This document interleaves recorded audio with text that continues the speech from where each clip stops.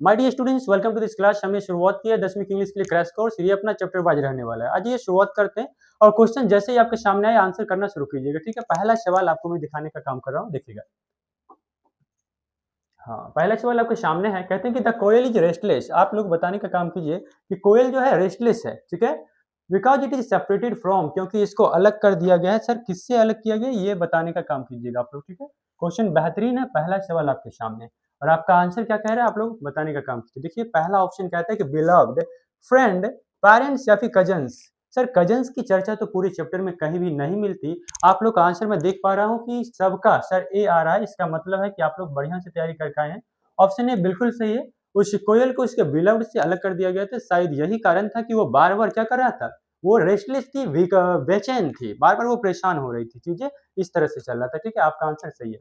अगला सवाल मैं आपको दिखाने का काम कर रहा हूँ, आप लोग आंसर दिखाने का काम कीजिएगा। ठीक है, नेक्स्ट क्वेश्चन। इसमें क्या कहते हैं कि the coil is hidden in. कोयल छिपी हुई है लेकिन कहाँ, ये बताओ। आप लोगों ने देखा होगा कि कोयल अक्सर छिप जाती है, लेकिन कहाँ छिपी हुई है ये बताने का काम कीजिएगा। ठीक है, ऑप्शन चेकआउट करो। पहला कहते हैं फॉरेस्ट, क्या जंगलों में छिप जाती थी, क्या ऐसा चर्चा मैंने कभी किया था चैप्टर में। या फिर मैंगोज लीव्स, हाँ सर लग तो रहा है कि आम के पत्तों के बीच में लगातार ये छिप जाती थी और कभी दिखने का काम नहीं करती थी। ऐसा ही चर्चा कुछ चैप्टर में था। आपका क्या कहते हैं अंदाज सही है और आंसर भी मैक्सिमम टू मैक्सिमम स्टूडेंट्स का यही आ रहा है, तो बिल्कुल सही है। ठीक है, ऑप्शन भी लगा लीजिए। चलिए बहुत बढ़िया, और यही कॉन्फिडेंस आपका एग्जाम में भी दिखना चाहिए, बेहतर हो जाएगा। दूसरा सवाल आपका कंप्लीट होता है। अगला क्वेश्चन आपके सामने और तैयार रहिएगा आंसर करने के लिए। ठीक है, ये नहीं कि बैठ जाना है, आंसर करते जाना है। ठीक है, अब देखिए तीसरा सवाल। कहते हैं कि the sight of mango blossoms the koyal. ये बताओ क्या कहते हैं कि आम के फूलों का दृश्य कोयल को क्या करता है। या फिर कह लो कि आम के क्या कहते हैं, क्या क्या लिखा है कि आम के फूलों का दृश्य, जैसे कि आम के पौधे पे फूल लगते हैं, कोयल के ऊपर इसका क्या इम्पैक्ट पड़ता है ये बताओ।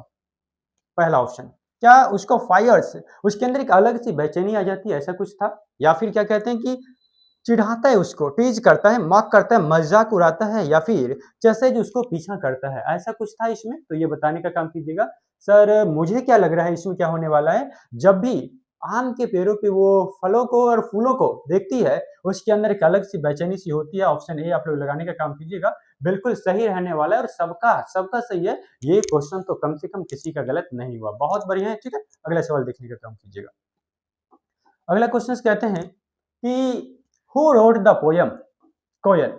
इस कोयल चैप्टर को किसने लिखा ये बताने का काम करो। कोयल चैप्टर को आखिरकार लिखा किसने, लेखक साहब का नाम बताइए। तभी ना मेरा बार बार ध्यान जाता था कि राइटर नेम तो कंप्लीट कीजिएगा ही कीजिएगा। अगर राइटर नेम कंप्लीट ना किए तो थोड़ा सा दिक्कत आई, क्योंकि ऐसे सवाल अक्सर एग्जाम में बन जाते हैं। ठीक है, देखिए पहला है पूरन सिंह, या फिर अलेक्जेंडर पोप, विलियम कॉपर और लक्ष्मी प्रसाद देवकोटा। क्या लग रहा है आप लोगों को, इसका लेखक साहब कौन रहने वाले हैं ये बताने का काम करो। सर मुझे तो लग रहा है कि पूरन सिंह इसके लेखक रहने वाले हैं। बच्चे लिख रहे हैं सर पूरन सिंह रहने वाले, बिल्कुल सही है। ठीक है, हाँ ऑप्शन ए। चलो बहुत बढ़िया, अगला सवाल देखिएगा। अगला सवाल आपके सामने है। सर क्या कहते हैं अगला सवाल, कहते हैं कि I am restless.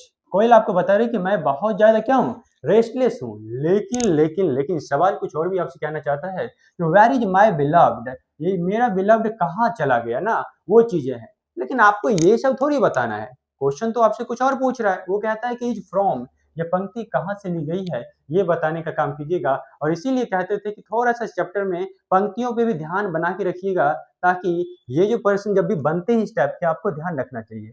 Sir coil chapter का ये हो जाएगा, कोयल चैप्टर से ये पंक्ति लिया गया है। दैट्स इट, ये क्लियर है, सभी बच्चों को क्लियर है, बेहतरीन है। और ये कॉन्फिडेंस हर समय बना के रखिएगा। ठीक है, ये सवाल आपका कंप्लीट होता है। अगला सवाल देखने का काम कीजिएगा। ठीक है, देखिए अगला क्वेश्चन आपके सामने है। क्या कहते हैं इसमें, द हाई पिच्ड स्टेंस, ठीक है, of the koel wake in the poet's soul thousands. कहते हैं कि कोयल की तीव्र आवाज कवि की आत्मा में हजारों जगह देती है। वो क्या है जो कवि के मन में भी हजारों विचार जगते हैं या फिर प्रश्न आते हैं, ऐसा क्या था। अब देखिए पहली है ड्रीम्स, कोयल की आवाज ने लेखक के मन में सपनों को जगा दिया। क्या ऐसा बातचीत कभी हुआ था चैप्टर में।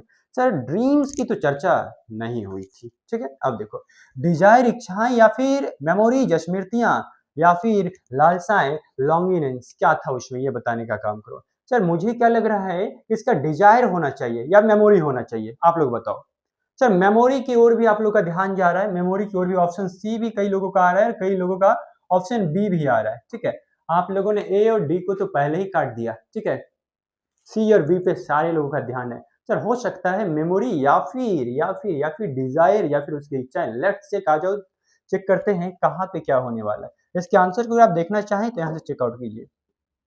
क्या लिखे हैं भाई साहब, इसको देखो, इसको तो एक अलग ही क्या कहते हैं विचारधारा लगा के रखा है, ऐसा तो नहीं होना चाहिए। ठीक है, तो इसको काट दो।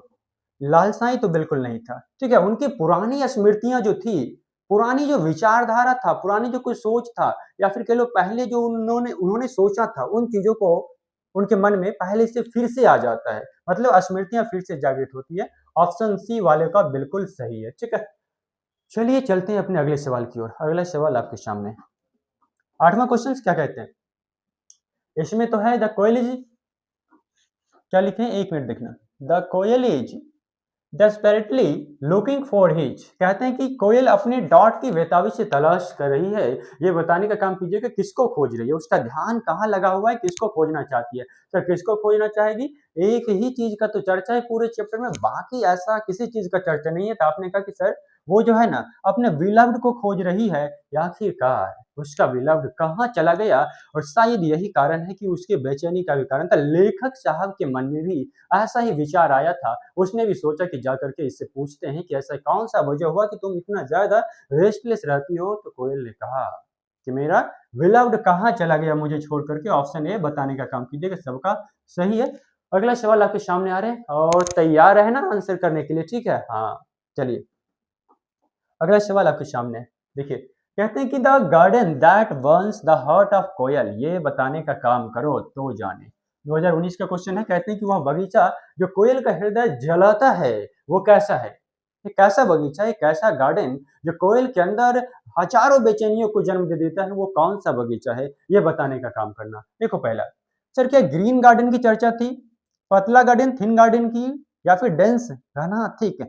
इसका आंसर तो सारे बच्चे बिना सोचे दे रहे हैं, क्योंकि सबका सही है। ज्यादा इसलिए आप लोगों ने सोचा नहीं, सीधे ऑप्शन ए लगाया है, बहुत आसान था। सर कोयल को अक्सर ग्रीन गार्डन में देखा जाता है, हरे बगीचे में देखा जाता है, और बाकी सर ऐसा तो कहीं नहीं होता। थिन, डेंस और थिक, ठीक है, ये सारी चीजें नहीं थी। ऑप्शन ए सबका सही है। अगला सवाल देखने का काम कीजिएगा, ठीक है। चलो हाँ बिल्कुल सही है, अगला सवाल देखना। The poet asks the koel what has her, कवि कोयल से पूछता है कि किसने उसे क्या किया है, ये बताओ। कवि क्या पूछते हैं कोयल से, वो कहते हैं कि कोयल एक बात बताओ, वो कौन था जिसने तुम्हें इतना ज्यादा हर्ट किया, जिसने तुम्हें इतना ज्यादा कष्ट दिया, ये बताने का काम करो ना। यही सवाल किए थे और यही सवाल तो आप लोगों का भी था, वो कौन था जिसने कोयल को इतना ज्यादा हर्ट करने का काम किया। तो सबने कहा गुरुजी हर्ट रहने वाला है, इसमें ज्यादा कोई दिक्कत की बातचीत नहीं है, ऑप्शन ए लगा लो, बेहतरीन है। चलो बहुत बढ़िया, अगला सवाल देखो। अगला क्वेश्चन आपके सामने है। क्या कहते हैं कि the poet wonders what has fallen on the koyal, ये बताओ कवि सोचता है कि कोयल पर क्या गिर गया।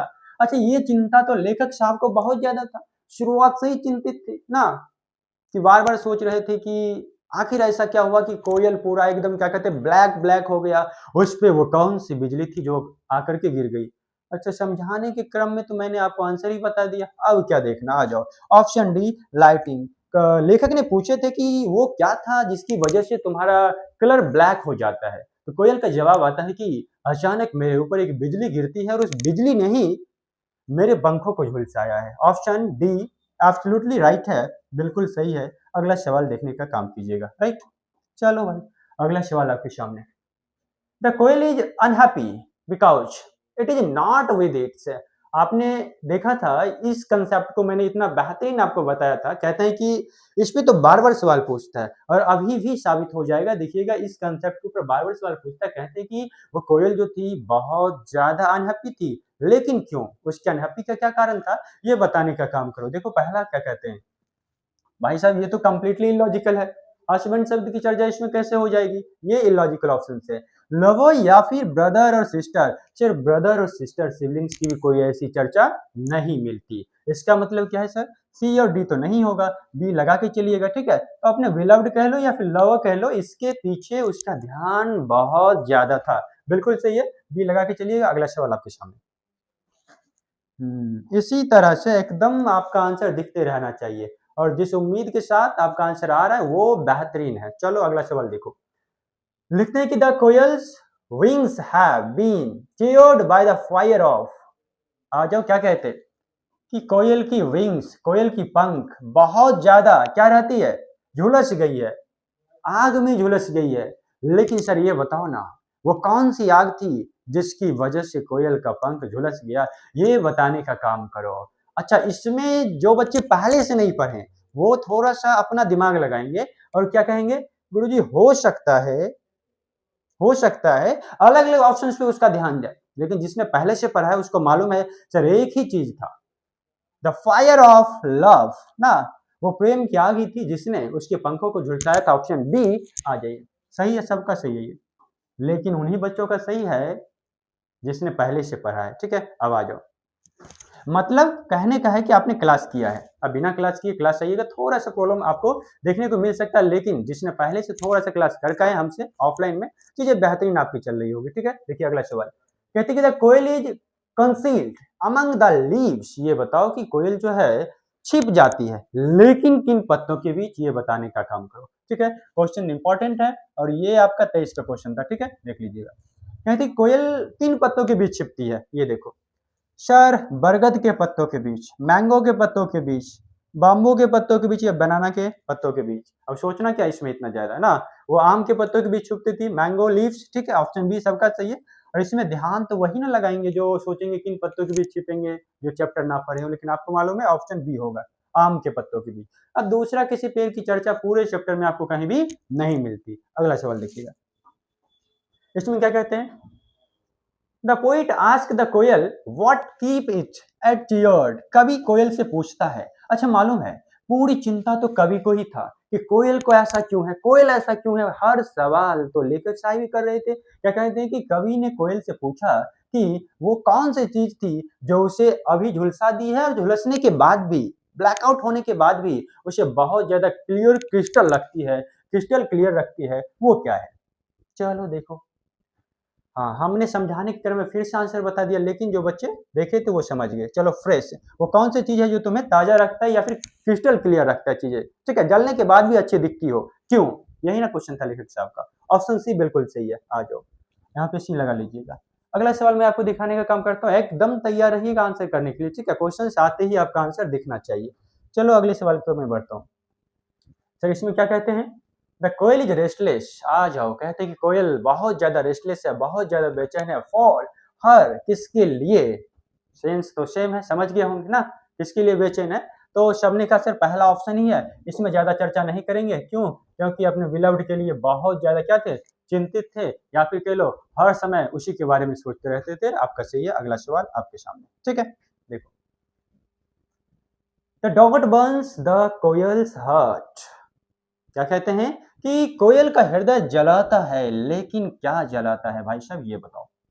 कोयल बहुत ज्यादा परेशान हो जाती है, बहुत ज्यादा उसका हर्ट होता है, लेकिन वो क्या है जो उसके हृदय को बहुत ज्यादा जलाने का काम करता है। ऑप्शन चेकआउट कीजिएगा, पहला कहते हैं ड्राई गार्डन, एकदम सर सूखा सूखा सा बगीचा हो, उसको बहुत ज्यादा परेशानी होगी। सर सूखा गार्डन का चर्चा तो पूरे चैप्टर में नहीं है, इसका मतलब क्या, ड्राई गार्डन तो नहीं लगाना। आगे देखो, सर वेट गार्डन लगा देते, मन तो कर रहा है कि सर वेट गार्डन लगा दो, बहुत ही बढ़िया रहेगा, तो ड्राई नहीं तो वेट तो होना ही चाहिए, लेकिन वेट भी नहीं लगाना, क्योंकि भीगा गार्डन ऐसा तो कोई चर्चा नहीं था। अब देखो ग्रीन गार्डन, हाँ सर ये लग रहा है, क्योंकि एक हरा सा बगीचा, हरा भरा सा बगीचा होना चाहिए, उसमें कुछ फूल पत्तियां लगी हो तो एकदम माहौल बन जाएगा, और फिर वो जो कोयल है बहुत ज्यादा रेस्टलेस हो जाएगी। ऑप्शन सी लगा लीजिएगा, दैट्स राइट। नेक्स्ट क्वेश्चन, अब देखो अगला सवाल आपके सामने है, एकदम तैयार है ना। अच्छा क्वेश्चन आ चुके हैं आप, चलिए लगातार जो आप लोग कह रहे थे कि सर आवाज गायब हो गया, आई थिंक ये प्रॉब्लम तो सॉल्व हो गया होगा। अब अगर आवाज आ रहा है तो कमेंट कीजिएगा, sir everything is right, everything is right ना, अब सब कुछ ठीक है, audio video everything is right, सब कुछ ठीक है। तो आ जाओ शुरुआत करते हैं।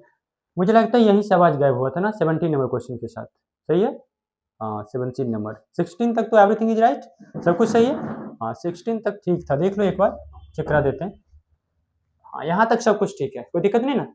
अगला सवाल देखिएगा 17 नंबर, इसमें देखो कहते हैं कि the roses are on fire which winds and waters catch is from, ये पंक्ति कहाँ से लिया गया ये लोग बताने का काम करो। ये जो पंक्ति है ये वाला कौन सा, कि the roses are on fire which winds and waters कहाँ से लिया गया है। कि कोयल जहां भी जाती थी, चाहे वो फूल का बगीचा हो, पानी हो या फिर हवा, हर जगह फायर ही हो जाता था, आग ही लग जाता था, ऐसा क्यों। ये थोड़ा सा मेटाफोर का एग्जाम्पल है, वास्तविकता से कोई मतलब नहीं, लेकिन लेखक साहब ऐसा बताने का काम कर रहे हैं। ठीक है, अब देखिए पहला, सर कोयल चैप्टर का है, हाँ ये तो बढ़िया है सर, कोयल चैप्टर पढ़ रहे हैं तो इसी का ना होगा, बहुत बढ़िया। चलो देखो ऑप्शन ए आपका सही है, और इतना कॉन्फिडेंट है तो बाकी ऑप्शन की देखने की कोई आवश्यकता नहीं है। चलिए इसको काटते हैं। अगला सवाल आपके सामने। सर अगला सवाल आपसे क्या कहता है, कहता है कि द कोयल फील्स, कोयल कैसा महसूस करती है। तुम ही लोग बताओ कोयल कैसा महसूस करती होगी। ठीक है, इसका आंसर देखने का काम कीजिएगा।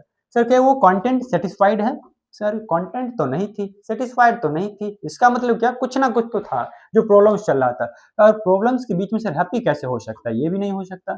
सर रेस्टलेस थी, बेचैन थी, बहुत ज्यादा परेशानी चल रहा था, एक ही विचार था कि उसका बिलव्ड कहाँ चला गया। ऑप्शन सी लगाने का काम करो, सब कुछ ठीक है और आप लोग का आंसर भी ठीक है। अगला सवाल देखो, देखिए इसका जवाब कौन कौन देते हैं ये देखना है। ये सवाल क्या कहता है कि द फ्लैमिंग सोल, ये बताओ कि जलती हुई आत्मा, इसको कहाँ से लिया गया, या फिर कहते हैं हाँ ये कहाँ से लिया गया, या फिर किसके लिए प्रयोग किया गया है, पहले ये बताओ फिर सवाल देखेंगे सवाल क्या कहता है।